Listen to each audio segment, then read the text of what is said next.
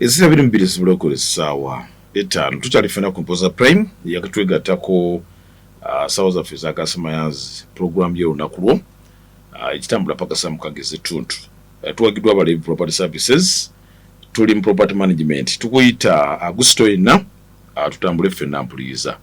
jjukira nti tudde tugenda mu mwezi gwenza okwogerako ate okukola omwezi ogusembeyo gwa kwota namba 3 jjukira tubala okuva mwezi ogw'omusanvu gw'omunaana ekata ate ogw'omunaana in fact second last omwezi ogwokubiri ogwa kwota eyokusatu gyosina notuuliza palamenti y'eggwanga kyaddaaki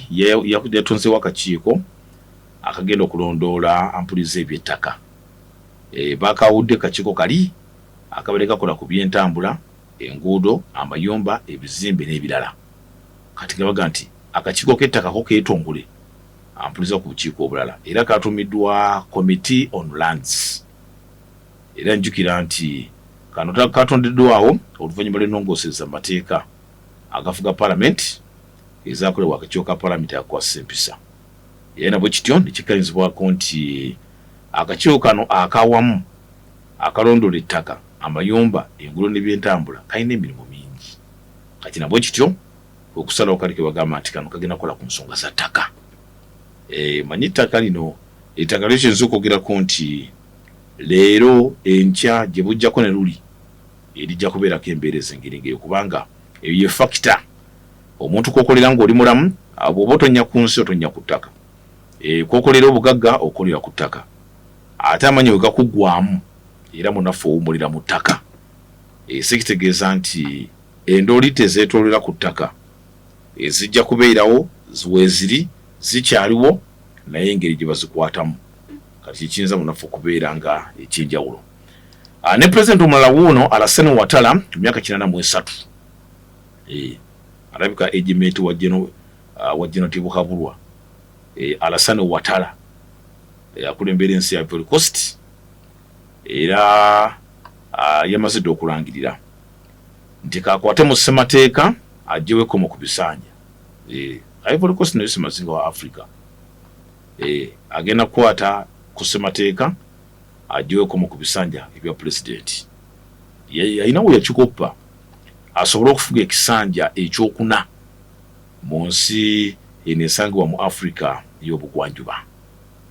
kitegerekese nti abodde oluvuganya batandise oteekawo akazito batandise oteekawo embeera eraga nti ojja gikwata peno fe twakiyitamu nekimugala olwo akagamba ako tugikwatako alo gikwateko tugikwata bw'owangala ojjukira bingi lwakuba emu byerabirwa mangu omwana omuntu yerabira ekibiina Rally for Justice for Democracy and Peace RHDP kandidate waakyo ye Alassane Ouattara mu kulonda ampuliza okwa October 25 sigadde no bbanga ttono naye ndowooza egenda kubeera mbeera ya kubuguutanya ssemateeka ayite n'ebirala musajja mukono akulembedde ensi okuva 2011 naye bwe yabadde ku TV y'eggwanga enteekateeka agyogedde bakozesa akagambo kano nti okumala ebbanga lya myezi mingi mbadde nkubirwa essimu okuva mu bannansi bannange nga bandaga nti nze nina obusobozi okusigala nga nkyavuganya tesimu ezo bannange bo bannansi bazirina simu za pulezidenti tula pulezidenti bebatera okukuba bannansi balina essimu za pulezidenti olinaga nti kankubire ku pulezidenti tulowooza yakuba ndowooza ba operator babagiteekamu kakuba aka receiving impozi ng'era kali ku prompt nti tukkiriza muganda okwekalakaasa ampuliza kubaddeko Kenya kinnyonnyoddwa nti tekulaga nti gavumenti eziriyo tezirina busobozi oba bisaanyizo naye kibaga si political failure naye ndowooza bumulumulu mu bantu ba bulijjo obutonotono kati gattako ne benza okuyita ba state actors in fact ba foreign actors twala okwekalakaasa okumu naye nga kuliko abafujjirizi era mujjukira oluto bwe yali alumbagana yali omumyuka gwe bajjamu obwesiga ligaati ga Kyaggwa musajja omukikuyu bwe yategeeza nti embeera bw'eneegenda maaso n'okusajjuka nja tandika obbakwata ate mbasimbe mu kaguli ensi yonna erengere ebintu bwe bitambula. Kakati mu nsi eya Kenya okufaanako namawanga okwetoola ensi yonna okwekalakasa okw'enguudo abasinga obungi bakutunuliranga gavumenti ebeera eremereddwa. Ekyakyaka nnyo mu Uganda wano emunabyabufuzi gwe tumanyi nti yali ku ludda oluvuganya manyi analysis kati gwampuliriza kino kiwulira naye ne munnaffe angobeera ku YouTube ku kibanja kyaffe nti abajjukira obukole ekiseera ekyamunabyabufuzi ffe ng'abasenke ensonga bwe tukkiriza nti yali ku ludda oluvuganya Dr. Italy Kano Kizza Besigye bwe yakulemberamu kwekalakasa kwa walk to work tekyali kyangu nnyo. Buli muntu yali amanyi in fact nga n'obuuza abaana b'essomero nti tiyagaasa abalagala atya bali basobola okukikunnyonnyola kubanga embeera yali efuuse abaana baliwo omukka ogubalagala agattako n'embeera mpuliriza ey'okuguguba. Abajjukira obulungi nnyo tujjukira in fact ebyobufuzi by'eggwanga byabuguma nnyo okuva mu mwaka 2006 awo ebingi ebibaddewo abeera biraba neffe twabiraba bulijjo lyonna byali okubuguma kwa 2006 2011 2016 awo ebisanja awo emyaka 15 ekyo yali bugumu ly'amaanyi nnyo. So street protests oba okwekalakasa kw'oku nguudo kutunulirwanga gavumenti ezibeera ziremereddwa mu byobufuzi oba okulembera ensi ezo zibeera zikulembera naye ate olumu kituufu era nga bagamba nti ebitongole bya gavumenti ebimu okulemererwa okunnyonnyola lwaki waliwo akasambattuko naddala ak'abantu mu kiseera ekyo kuba okwekalakasa okw'oku nguudo street protests ng'ojjako ziriizaawo okutuwaaka ezo zamamira Uganda nno wabiranga bannabyabufuzi ku ludda mu bitundu ebitali bimu awo nga bannabyabufuzi kati ng'oludda oluvuganya we luli awo emanyi omukulembeze omuyaga nti wano Uganda ensi etalimu opposition tugenda tukitegeera mpolampola omanyi waliwo abatayagala kuwulira bituufu naye tujja kitegeera mpolampola okusinza ku mbeera gye tulengera oba oli awo nti obutasobola bwa bitongole ebimu ebya gavumenti okwongera okutegeera abantu baagala kikubanga gw'obadde okimanyi nti ssemateeka z'amawanga zikkiriza abantu okwekalakasa mu mirembe bwabirawo ensonga ekusiiwa osobola okwemulugunya kati okwemulugunya okwo togenze kuteekera kizimbe muliro tolina muntu gw'oyumbaganye lwakuba nti ate era nga bw'omanyi nti mu birungi mumugira n'ebikyamu oyinza oteekateeka okwekalakasa okw'emirembe ate ne muzingiramu bali bakyala kimpadde bakagwa ensonyi kati bwe bagenda ne banyagula ebintu by'abantu ate mulimu gwa state okusobola okukuuma ebintu by'abantu bali kubanga obuteekalakasa ddembe lya muntu gw'ogamba nti zengenda tambuza ebigiro genda e Kampala oli n'agamba sijja kusobola nja kulinnya kapiki ate tomukuba kibooko ssemateeka ate si bw'ati bw'agamba ddembe ly'okwekalakasa ate nga tonyigiriza mulala kati awo kyova nti state institutions ezimu ne zinywa ne zigamba nti kale okwekalakasa ddembe eyo naye tutegeeseeko ffe tukulambike nti street gy'ogala okuyitako eri bize bajja kunyaga ebintu by'abantu just kyekyoka ekibalo kyokka. Kakati ampuliriza mu mboozi eno gye ntandise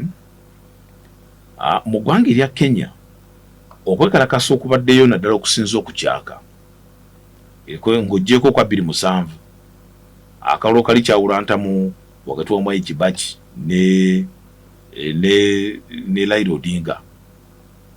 akalulu akampuliza akalulu ka Muzeeyi Emilio Stanley Mwai Kibaki omugenzi kekalaga ensi yonna nti bannansi ba Kenya bw'wabeerawo ensonga ebakutte mu liiso ebeerwanako okwongera munafu okwetakuluzaako era embeera eyampuliriza nti okufaananako ne bapulezidenti abaasooka mu nsi eya Kenya pulezidenti William Ruto akulembera kakati omusajja Katonda agamba nti okwekalakasa kulabibwanga ekizibu ky'ebyobufuzi eky'ensi eyo naye wabeerawo obumulumulu obuli mu bantu naye nga baagala okwoleka essungu bekikwatako bategeere tikitegeeza nti gavumenti eremereddwa kuba singa gavumenti ya Kenya eremereddwa saawa zino olukwesikeesi olwabagibwa banafu aba Generation Z bali gavumenti bagikuba ekigwo eya Dr. Samuel William Ruto naye kyatambula era ngaga nti emyezi 16 egiyise tekibadde kyangu nnyo. Generation Z ebonze okwogerako nti beeyambisa ssemateeka w'ensi Kenya okwesa eddembe lyabwe okwekalakaasa naye gye byafundikira abatiini bano abatasukka myaka 3 ate mulimu bakagwa ensonyi abaabali emabega ne bakola effujjo omwali okwokya n'ebitebe by'amawanga ekya Uganda ekye Nairobi bakiteekera omuliro mu kibuga Nairobi naye nga abakulembera mu kwekalakaasa balina ekigendwa katukozesa ssemateeka peaceful protests oba demonstrations naye ate kyagenda okuggwa nga kiruguzemu n'obulamu kubanga boyinza okwogerako abaali banoonya ebyabwe kati bakozesa akakisaako embeera n'etambula. So ebintu bingi mpuliriza ebitambudde mu nsi ya Kenya. Gavumenti ya Ruto ate yebadde mu bingi mubaddemu bibaita ekita abantu ekiwamba abantu naddala bekalakaasi esako n'okubagulako emisango egy'okussa ku butujju era nga jjukira nti kiyinza okwogerako nti amawanga agamu kati gagabula gakivumirira tibitandise kubeera nga bye bakola ku Palestine abali ku ttaka lyabwe nga Israeli ebikola n'ebirala naye nga okwongera munaffe kiri kyegambye nti eddembe lya muntu okwekalakaasa naye ate ateekalakaasizza naye eddembe lye oyo obutamutaataaganya kati gavumenti zitera okukozesa embeera eyo kati abeekalakaasi bano abafuusa ab'obulabe tubateekeko embeera mu mbeera ez'engeri ng'eyo. Abajjukira obulungi Generation Z movement yeewuunyisa ensi abaana bakola ebintu mu bwanjulukufu emisana ng'ensi eraba baali bateeseteese enkambi ez'okuyambako naddala singa babeera wakwatiddwa okuwabula kw'ebyamateeka sako n'okubayimbula makomera kati gattako n'okuteekawo emikutu egyamukwanira wala egy'omutimbagano online forums bongera okwanika obumulumulu bwabwe esako n'okubaganya ebirowoozo n'ebintu ebirala bingi era nga bagamba nti bano basonze ne ssente eziwerako okwongera munaffe okutaasa bannaabwe abasibiddwa egattako n'okuwa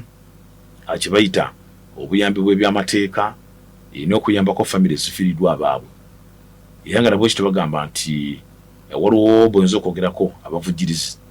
okubeera mu bitongole bya gavumenti sako n'amawanga ag'ebweru okuyambako munnaffe embeera kati bano bo baki Generation Z teyajja nakigendererwa nti ezze kusula gavumenti naye balina obumulumulu era teyali political failure gavumenti bakitiako nti it's a failed state politically niye bano abasajja bali bulike butoli bumativu kati nabo kitampuliriza abajjukira mu myaka gy'ekyenda mujjukira bannansi ba Kenya bwe batandika munnaffe okweyiwa ku nguudo nga bawakanya obwannakyemalira bwe yali president mu kiseera ekyo Daniel Arap Moi Tolitiki naye omugenzi kakati era bakulemberamu nga bakozesa ebigambo bino in fact babigako bakozesa ebigambo ebiwera nga bagamba Daniel Arap Moi naye asutuka otunyigiza mukono ogw'ekyuma ate era ebigambo byengini nnyini ebiraga okusiba ekikookolo ku president Ruto kati era weebiri bagamba Ruto must go balina n'akagambo ke bakozesa bakaita one term naye nga kategeeza nti one term one term nga kigambo kiri wamu naye nga balega nti one term nga omanyiza hashtags ezo abaga nti omusajja akulembera ekisanja kimu engeri gyakiwaludde okuva 2 ffe tugenda mukondo okwabona 226 kati then omwaka oguddako 227 awo Kenya bagenda okukira obubokisi nti abagugubi bagamba Ruto must go one term bakoze kigambo one term nti one term era abasajja nga bagamba nti bannakenya bagamba nti Ruto tutumwa kisanja kya 227 era nga bwe kyali emyaka 3 egiyise kye bayogera nti Moi must go era bakosa n'akagambo kaya ku Luswahili yote yawezekana bila Moi nga bagamba nti byonna bisoboka nga Moi taliiwo all possible without Moi kati ndowooza olengera so okwagala kasokolo mu nsi ya Kenya mpuliriza mu analysis yange gyenko tekulaga nti mu byobufuzi ensi ya Ruto eremereddwa ne kubanga kyaliwo ku n'emyaka 30 egiyise abantu bali bakoye bwannakyemaira bwa Ruto esolo bwa Moi era bakusasiza chances ezo Moi must go ne byana ebirala okutuusa munaffe bayisamu eddoboozi So emboozi etandikidwa tujja gimaliriza mpuliriza akkiriza ate tugende mu kitundu ekirala kiyingira mu ssaawa ate eyokubiri. Tukyalifena ku Mpoza Prime FM asigala mu kyatuwuliriza.